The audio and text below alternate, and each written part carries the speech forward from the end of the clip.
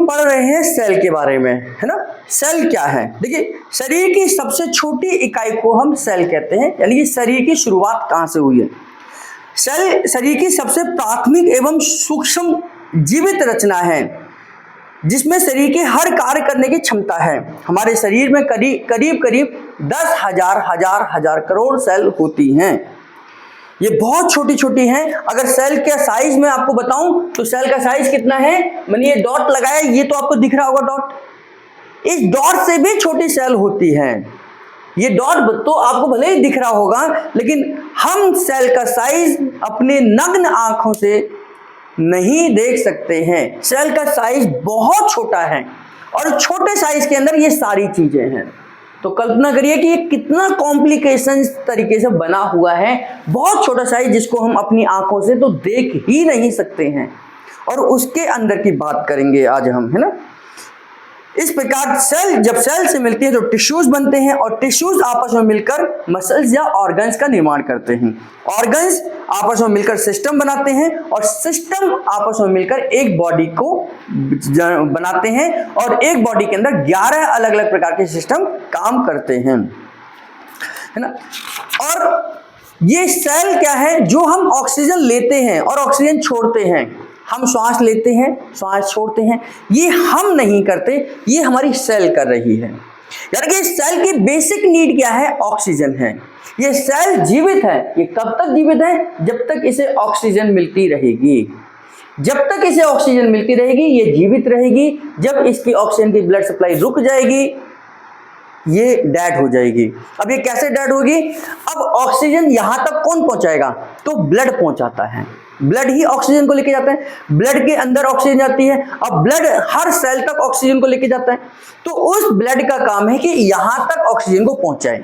तो यानी कि अगर किसी एरिया की ब्लड सप्लाई रुक गई, अगर मैं यहां से इसको बंद कर दूं, एक धागा बांध दूं, कस के रस्सी बांध दूं, तो आगे की ब्लड सप्लाई रुक जाएगी। तो धीरे धीरे पहले ये व्हाइट होनी शुरू होंगी, फिर नीले पड़ने हो जाएंगी, और फिर धीरे धीरे अगर मैं इसे ना खोलूं तो ये काली पड़ने शुरू हो जाएंगी, और धीरे धीरे अगर मैं इसे 48 घंटे बांध कर रखूं, 72 घंटे बांध के रखूं, तो ये डेड हो जाएगा।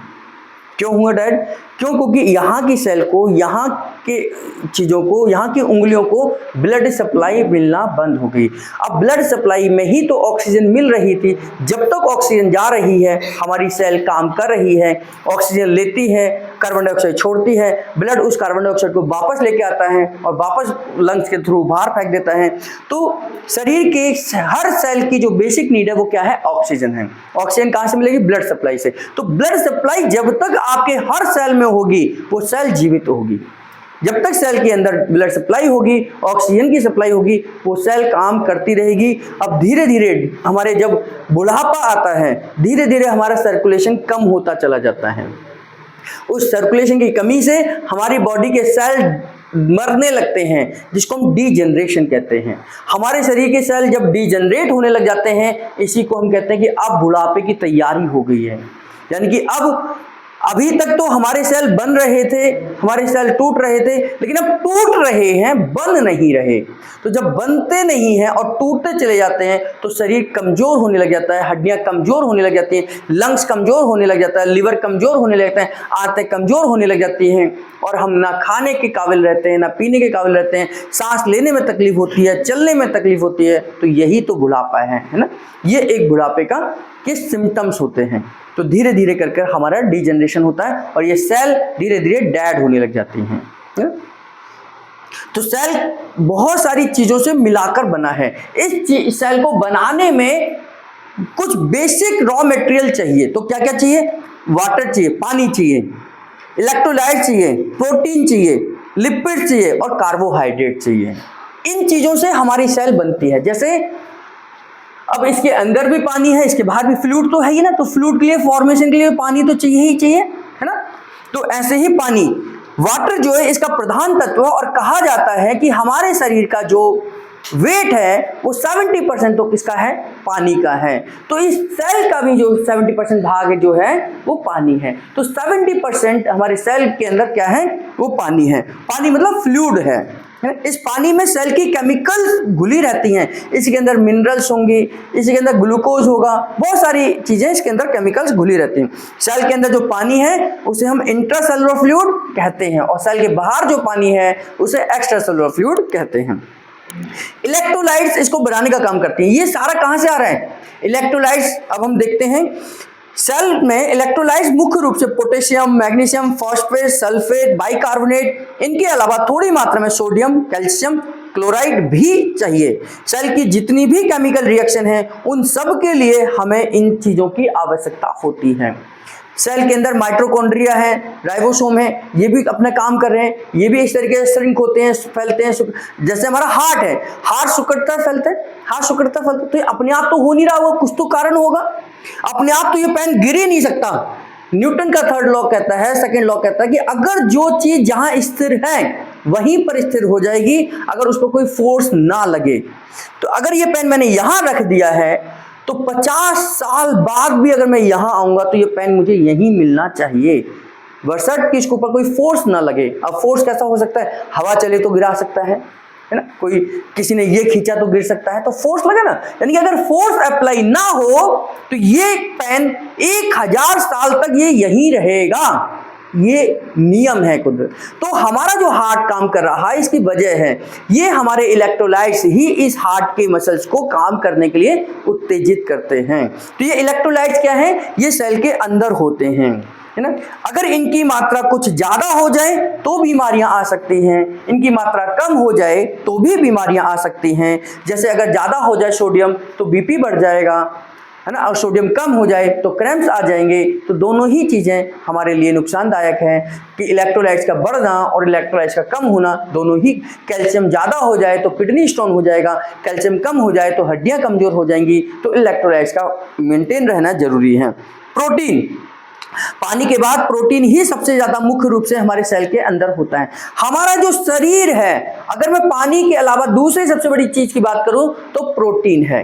हमारा पूरा का पूरा शरीर जो है वो प्रोटीन से बना हुआ है। ये मेरा चेहरा जो दिख रहा है, आपका जो चेहरा है, हमारे हाथ पैर, ये जो बनावट है, ये शेप है, बहुत सुंदर हैं, काले हैं, पीले हैं, गोरे हैं, जैसे भी हमारे शरीर की बनावट है ये प्रोटीन की वजह से है। तो कहते हैं कि शरीर को 22 से 23 प्रकार की प्रोटीन बनाती हैं। तो ये प्रोटीन का सेकंड मेजर रोल है ना। तो ये मुख्यतः 2 प्रकार की होती हैं, एक ग्लोबुलर प्रोटीन होती है, एक स्ट्रक्चरल प्रोटीन होती है। ग्लोबुलर प्रोटीन में क्या होता है? ये मुख्यतः एंजाइम्स बनाने का काम करती हैं जो सेल के अंदर के फ्लूइड में घुले रहते हैं और सेल के अंदर की केमिकल रिएक्शन को बढ़ावा देते हैं। जो सेल के अंदर की जो प्रोटीन है, ये जो केमिकल रिएक्शन हो रही है, इस केमिकल रिएक्शन के काम को करती है। यानी कि एक प्रकार की प्रोटीन सेल के अंदर काम करती है, एक प्रकार की प्रोटीन सेल के बाहर काम करती है, और बाहर की प्रोटीन को हम स्ट्रक्चरल प्रोटीन कहते हैं। यानी कि ये सेल की जो बनावट है ये किसकी है? स्ट्रक्चरल प्रोटीन की है, स्ट्रक्चरल प्रोटीन की है। भाई नाक की शेप ऐसी है, कहते हैं इसकी नाक बहुत सुंदर है, किसी को देख के कहते हैं किसी की आंख बहुत सुंदर है, तो उस प्रोटीन के स्ट्रक्चर की वजह से है।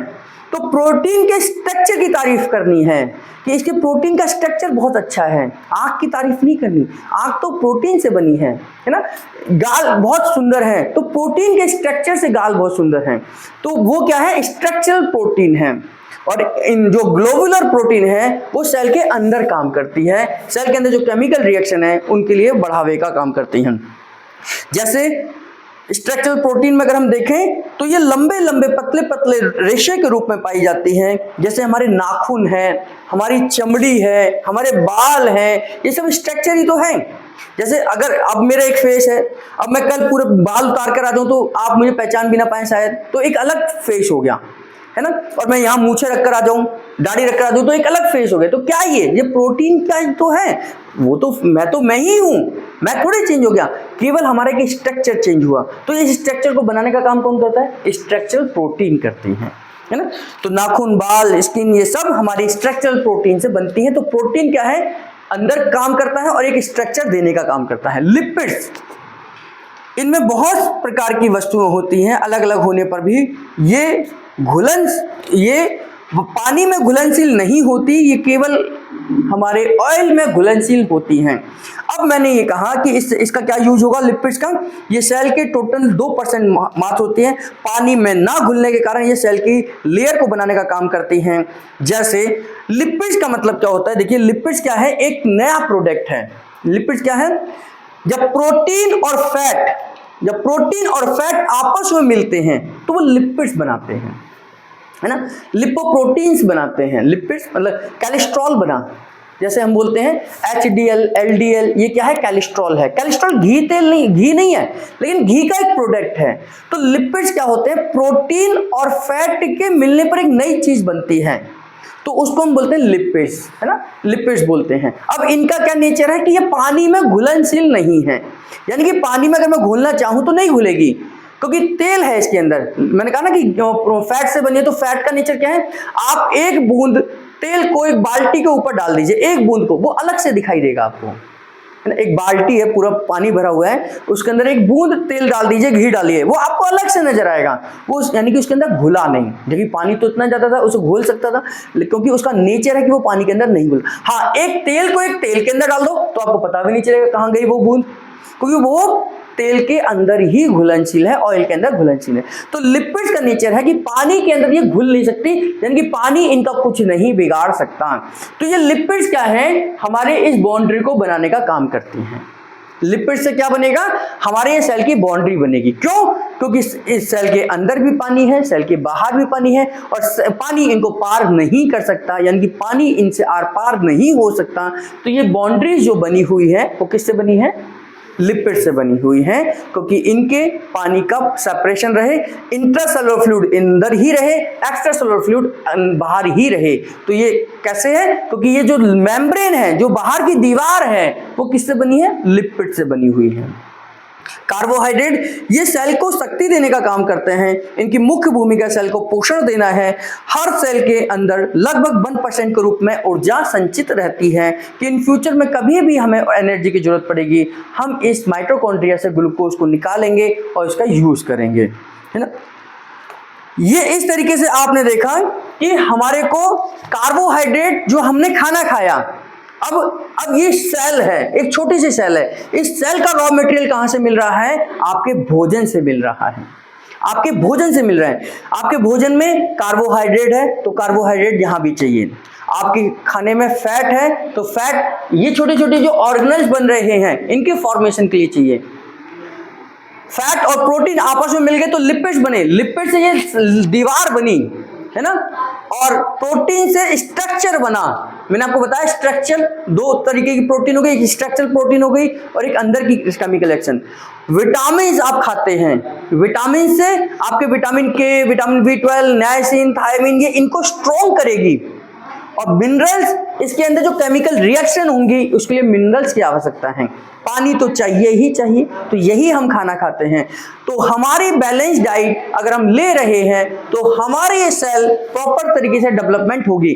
आप किसी भी एक चीज को मत खाइए तो ये सेल कहीं ना कहीं बीमार हो जाएगी। आप फैट नहीं खाएंगे, मान लीजिए मैं कहता हूं कि मैं आज से फैट खाना बंद कर देता हूं, तो फैट नहीं खाऊंगा तो ये ऑर्गन्स का फॉर्मेशन कैसे होगा, फैट नहीं खाऊंगा तो प्रोटीन किसके साथ मिलेगी और लिपिड्स कैसे बनेंगे, और लिपिड्स नहीं बनेंगे तो ये दीवार कमजोर हो जाएगी, और ये दीवार कमजोर हो जाएगी तो इंट्रा और एक्स्ट्रा सेलुलर फ्लूइड मिक्स हो जाएंगे और ये शरीर खराब हो जाएगा, बीमार हो जाएगा। इसको बोलते हैं कि शरीर के अंदर पानी भरना, अभी अंदर और बाहर सब पानी पानी हो जाएगा, है ना। तो ये हमारा, क्योंकि फैट डाइजेस्ट नहीं हो रहा, प्रोटीन डाइजेस्ट नहीं हो रही, तो हमारे बैलेंस डाइट हमारे शरीर को स्वस्थ बनाने में मुख्य भूमिका है। तो हर चीज की इसमें जरूरत है। तो ये समझ आया कि हमारा सेल बना कैसे है।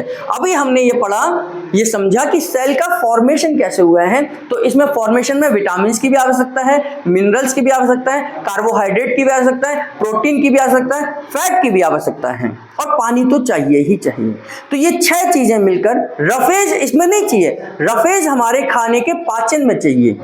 जो मैं 7वीं चीज बताता हूं कि रफेज भी चाहिए, रफेज यहां तक नहीं आता, रफेज तो केवल आपके मोशन को आगे भेजने में मदद करता है, आपको कॉन्स्टिपेशन से रफेज बचाता है। आपको कॉन्स्टिपेशन से रफेज बचाता है, और constipation is not a single disease, it is a mother of many disease. यानी कि कॉन्स्टिपेशन अगर हो गया तो ये बहुत सारी बीमारियां आ सकती हैं। तो बहुत सारी बीमारियों से बचने का एक तरीका है कि रफेज आपको खाना ही होगा। रफेज हमें एब्जॉर्ब नहीं होता, बॉडी उसे गेन नहीं करती, रफेज का कोई रोल भी नहीं है यहाँ पर।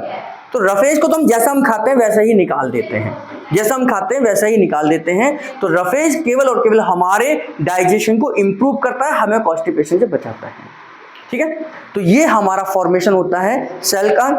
और अब हम आगे पढ़ेंगे कल कि इनके अंदर जो ऑर्गन्स हैं, ऑर्गेनेल्स हैं, इन ऑर्गेनेल्स का फंक्शन क्या है, माइटोकॉन्ड्रिया क्या करता है, गोल्गी एपरेटस क्या करता है, राइबोसोम क्या करता है, न्यूक्लियस क्या करेगा, न्यूक्लियस के अंदर आरएनए, डीएनए, क्रोमोसोम का क्या फंक्शन होगा, इन सब की कहानी हम पढ़ेंगे नेक्स्ट।